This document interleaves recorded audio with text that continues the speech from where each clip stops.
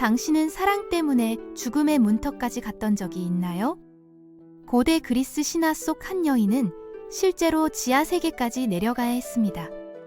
그것도 시어머니의 명령으로 말이죠.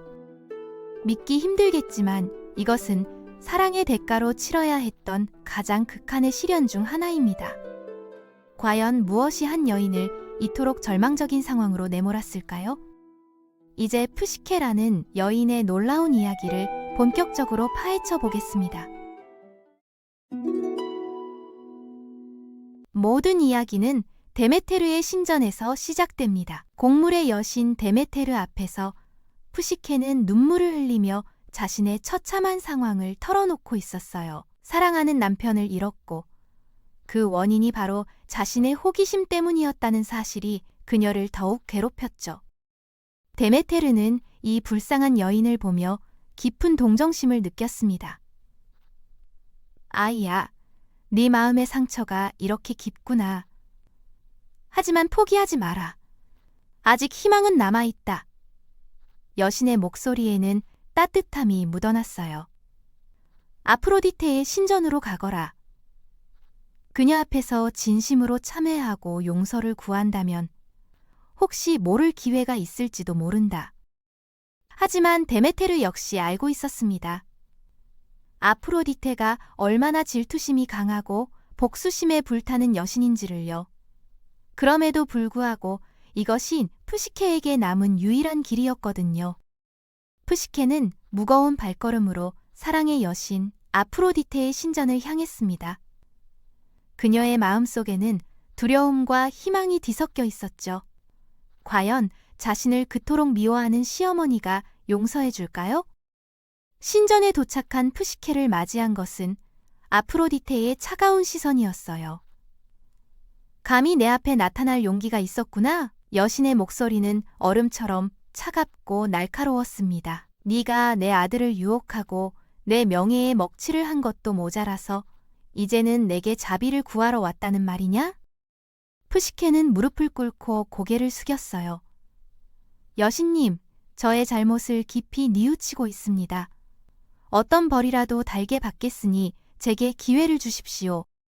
아프로디테는 냉소적으로 웃었습니다. 기회라고? 좋다. 하지만 그 기회의 대가는 네가 상상하는 것보다 훨씬 클 것이다. 네가 정말로 내 용서를 받고 싶다면 내가 내리는 시험을 모두 통과해야 한다. 단 하나라도 실패한다면. 여신은 말끝을 흐렸지만 그 의미는 충분히 전달되었어요. 첫 번째 시련이 시작되었습니다. 아프로디테는 푸시케를 거대한 창고로 데려갔어요. 그곳에는 밀, 보리, 콩, 렌틸콩, 그리고 수많은 종류의 곡식들이 거대한 산을 이루며 뒤섞여 있었습니다. 해가 지기 전까지 이 모든 곡식을 종류별로 완벽하게 분류하라. 아프로디테의 명령은 단호했어요. 단 한 알이라도 잘못 분류되어 있다면 너는 영원히 내 노예가 될 것이다. 이는 인간의 능력으로는 도저히 불가능해 보이는 작업이었습니다. 수백만 개의 곡식 알갱이들을 하나하나 분류한다는 것은 상상조차 할 수 없는 일이었거든요. 푸시케는 절망에 빠져 주저앉았어요. 하지만 이때 놀라운 일이 벌어졌습니다. 어디선가 수많은 개미들이 줄을 지어 나타난 것이에요. 이들은 에로스가 비밀리에 보낸 도우미들이었습니다. 개미들은 놀라운 조직력과 효율성으로 곡식들을 분류하기 시작했고 해가 지기 전에 모든 작업을 완료했어요. 이들의 체계적인 작업 방식은 정말 경이로웠습니다. 아프로디테는 이 광경을 보고 분노했어요. 분명 누군가의 도움을 받았을 것이다. 하지만 상관없다. 다음 시험은 그렇게 쉽지 않을 테니까. 두 번째 시련은 더욱 위험했습니다. 아프로디테는 푸시케에게 황금양들의 털을 가져오라고 명령했어요. 하지만 이 양들은 평범한 동물이 아니었습니다. 이들은 태양신 헬리오스의 축복을 받은 신성한 동물들로 낮 동안에는 극도로 공격적이 되어 인간을 공격하곤 했죠. 그들의 뿔은 번개처럼 날카로웠고 눈은 불꽃처럼 타올랐어요. 푸시케가 강가에 도착했을 때 갈대 사이에서 속삭이는 목소리가 들려왔습니다. 서두르지 마라, 젊은 여인이여. 지금 양들에게 접근하면 죽음을 면치 못할 것이다. 해가 질 때까지 기다려라. 그러면 양들이 잠잠해질 것이고 가시덤불에 걸린 황금털을 안전하게 모을 수 있을 것이다. 푸시케는 이 조언을 따랐어요. 해가 지자 양들은 순해졌고 그녀는 가시덤불 사이에 걸린 황금빛 털들을 조심스럽게 모을 수 있었습니다. 이 털들은 햇빛처럼 찬란하게 빛났고 손에 닿으면 따뜻한 온기가 전해졌어요. 아프로디테는 황금털을 받아들고는 더욱 심술궂은 표정을 지었어요. 운이 좋았군.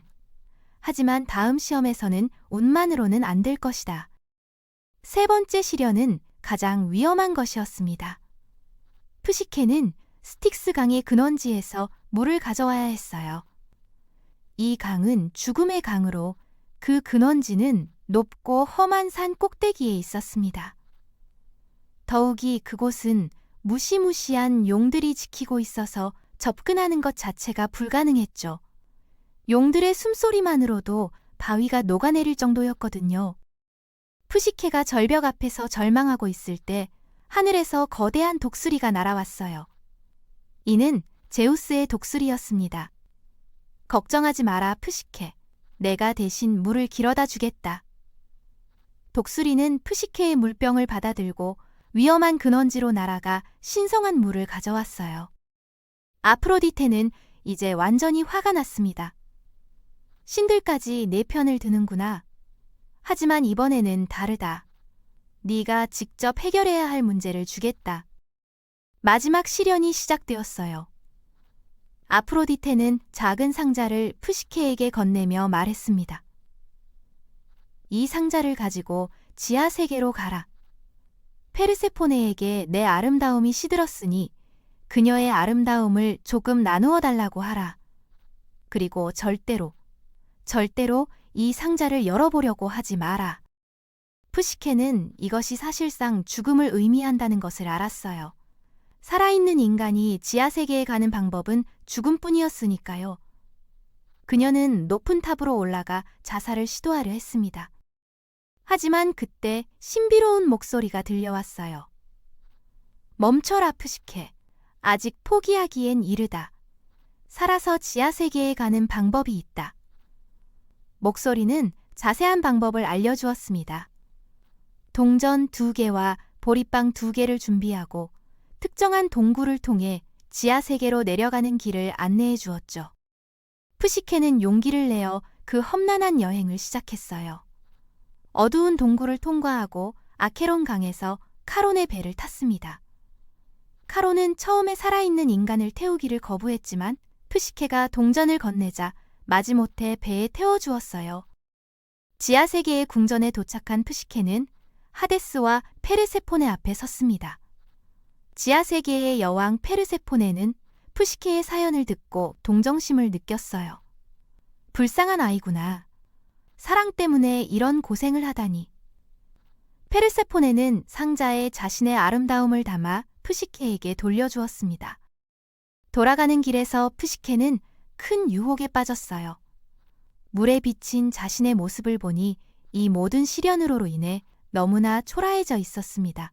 조금만 사용해도 아무도 모를 텐데 하는 생각이 들었죠. 결국 푸시케는 호기심을 참지 못하고 상자를 열었어요. 하지만 그 안에서 나온 것은 아름다움이 아니라 죽음의 안개였습니다. 이 안개는 푸시케를 깊은 잠에 빠뜨렸고 그녀는 죽음과 같은 상태가 되었어요. 바로 그때 에로스가 나타났습니다. 사랑의 신은 연인의 위험을 감지하고 달려온 것이었죠. 에로스는 푸시케의 몸에서 죽음의 안개를 걷어내고 다시 상자 안에 봉인했어요. 푸시케, 또다시 호기심 때문에 위험에 빠졌구나. 에로스의 목소리에는 걱정과 사랑이 가득했습니다. 하지만 이제 모든 시련이 끝났다. 어머니께 상자를 전해드리고 나는 제우스께 우리의 결합을 허락해달라고 간청하겠다. 에로스는 올림포스로 날아가 제우스 앞에 무릎을 꿇었어요. 위대한 제우스여, 제발 저희의 사랑을 인정해 주십시오. 푸시케는 모든 시련을 견뎌냈습니다. 제우스는 에로스의 간청을 들어주었습니다. 신들의 왕은 아프로디테를 설득했고 마침내 푸시케와 에로스의 결합이 공식적으로 인정되었어요. 올림포스 산에서 성대한 결혼식이 열렸습니다. 모든 신들이 참석한 가운데 푸시케는 불멸의 음료인 넥타르와 암브로시아를 마셨어요. 이로써 그녀는 인간에서 여신으로 승격되었고 에로스와 영원히 함께할 수 있게 되었습니다. 아프로디테도 마침내 푸시케를 며느리로 받아들였어요. 질투심 많은 시어머니였지만 푸시케가 보여준 용기와 헌신을 인정하지 않을 수 없었죠. 시간이 흘러 푸시케와 에로스 사이에는 딸이 태어났습니다. 그 아이의 이름은 헤도네, 즉 기쁨의 여신이었어요. 이는 참된 사랑에서 비롯된 진정한 행복을 상징했습니다. 이 신화가 우리에게 전하는 메시지는 무엇일까요? 먼저, 진정한 사랑은 시련을 통해 더욱 강해진다는 것입니다. 푸시케와 에로스의 사랑은 수많은 고난을 겪으면서도 결코 꺾이지 않았어요. 둘째, 호기심과 의심은 때로 큰 위험을 가져올 수 있다는 교훈이에요. 푸시케는 2번이나 호기심 때문에 위험에 빠졌지만 그때마다 사랑의 힘으로 구원받았습니다. 셋째, 진정한 변화와 성장은 고난을 통해서만 가능하다는 것이죠. 푸시케는 인간에서 여신으로 승격되기 위해 극한의 시련을 견뎌야 했습니다. 현대 심리학에서도 이 신화를 주목하고 있어요. 칼 융은 푸시케의 여정을 개성화 과정의 상징으로 해석했습니다. 즉, 개인이 온전한 자아를 찾아가는 과정에서 겪는 내적 갈등과 성장을 나타낸다는 것이죠.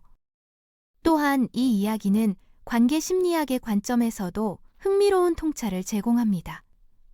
건강한 관계를 위해서는 서로에 대한 신뢰와 인내가 필요하며 때로는 개인적 성장을 위한 시간과 공간이 필요하다는 것을 보여주거든요. 특히 현대의 연인들에게도 시사하는 바가 큽니다. 진정한 사랑은 외모나 조건에만 의존하지 않으며 서로를 온전히 받아들이고 이해하려는 노력이 필요하다는 메시지를 전해주고 있어요. 푸시케와 에로스의 이야기는 단순한 사랑 이야기를 넘어서 인간 존재의 근본적인 갈망과 성장에 대한 깊은 통찰을 담고 있습니다. 사랑, 시련, 용서, 그리고 궁극적인 구원이라는 주제들이 복합적으로 얽혀 있어 수천 년이 지난 지금도 여전히 많은 사람들의 마음을 울리고 있어요.